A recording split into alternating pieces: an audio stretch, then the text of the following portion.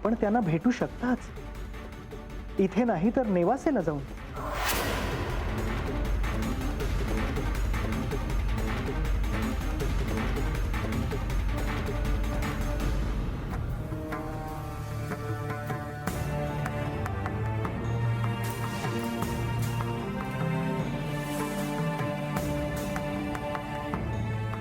गणेश, तू अजूनही माझ्यावर रागवला आहेस? गणेश, म्हाळसा इथून गेल्याचे जसे तुला दुःख आहे तसेच ते सर्वांनाही आहे. आणि मलाही असंच वाटत होतं की म्हाळसेने हे जेजुरी सोडून जाऊ नये.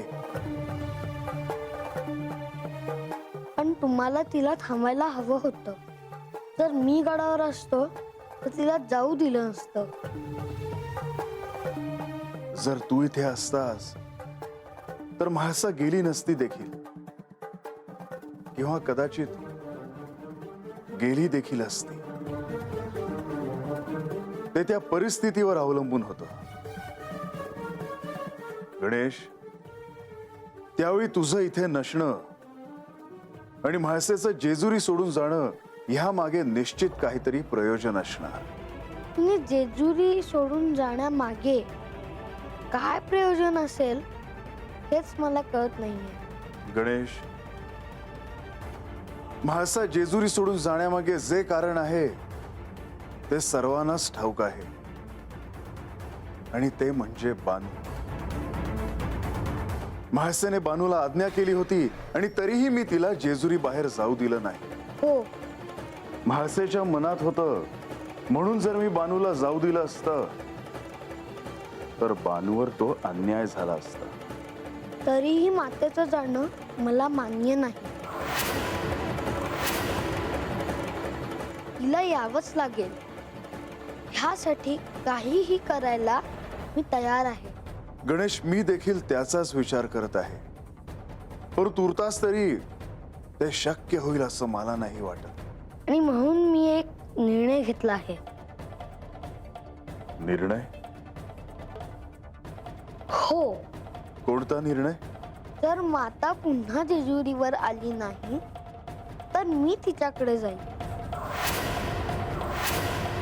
गणेश, तू तरी असा काही निर्णय घेऊ नकोस. माझं वागणं चुकीचं आहे असं वाटतं का तुम्हाला? गणेश, कोण चूक कोण बरोबर हे कसं सांगणार? जेव्हा मी पार्वतीला वचन दिलं होतं की कृतयुगात मल्हारी मार्तंड अवतारात मी जयाद्रीशी विवाह करेन, तेव्हा मी तिला हे देखील सांगितलं होतं की ह्या सगळ्याचा तिलाच अधिक त्रास होईल.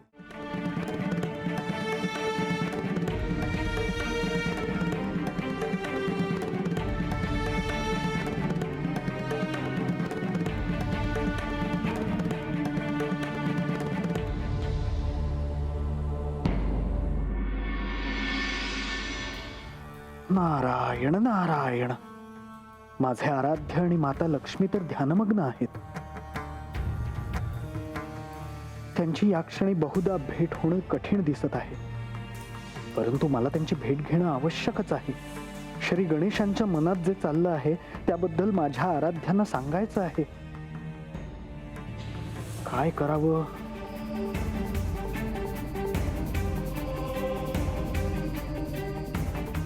मुनिवर, प्रभो,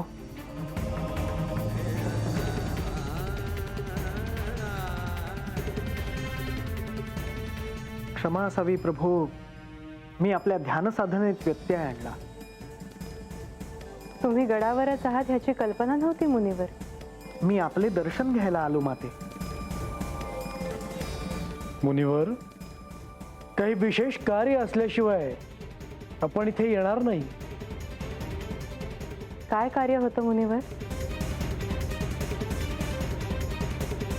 नारायण नारायण. खरं तर मला श्री गणेश यांनी बोलवलं म्हणून मी आलो होतो. श्री गणेश श्री म्हाळसा देवींबद्दल विचारत होते. श्री गणेश यांना श्री म्हाळसा देवींची आठवण येत होती. मी त्यांना सांगितले की मी केवळ श्री म्हाळसादेवींच्या आई वडिलांना भेटून त्यांना ही वार्ता दिली की श्री म्हाळसादेवी येत आहे, आणि माझी आणि श्री म्हाळसादेवींची प्रत्यक्ष काही भेट होऊ शकली नाही. परंतु काय मुनिवर?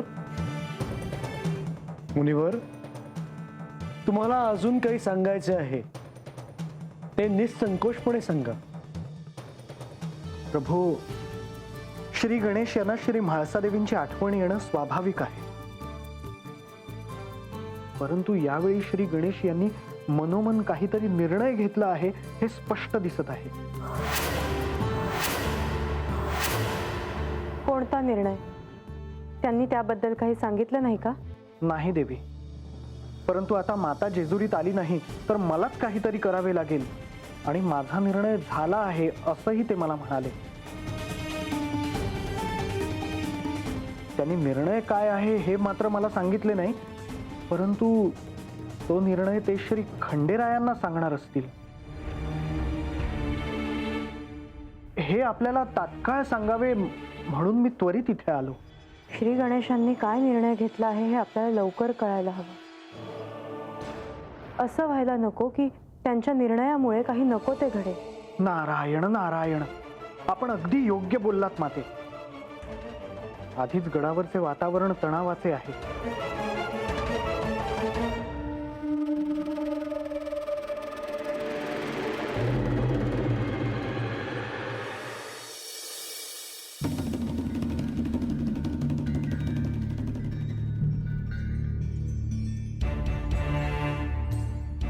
श्री म्हाळसा देवींचा श्री गणेश यांच्यावर जीव आहे.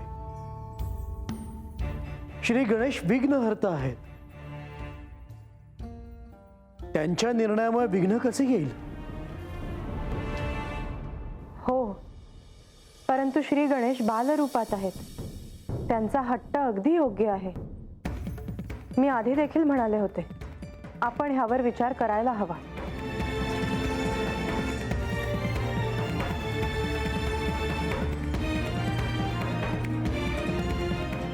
मला असं वाटतं की आपण त्यांच्याशी बोलूया. त्यांच्या मनात काय आहे ते आपण जाणून घेऊया. मी तर असं म्हणेन की केवळ त्यांच्याशीच नाही तर श्री खंडेरायांशी देखील आपण बोलायला हवं. सगळे मिळून काय तो निर्णय घेऊया. नारायण नारायण, माता जे म्हणत आहेत ते मला अगदी योग्य वाटत आहे. सर्वांच्या विचारातूनच काहीतरी मार्ग सापडेल. हो,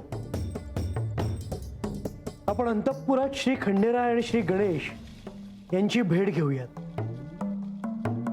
नारायण नारायण, आता मला आज्ञा असावी. मुनिवर, तुम्ही आमच्या बरोबर तिकडे चला. मी? हो. नारायण नारायण, जशी आपली आज्ञा प्रभू. चला, निघूयात आपण.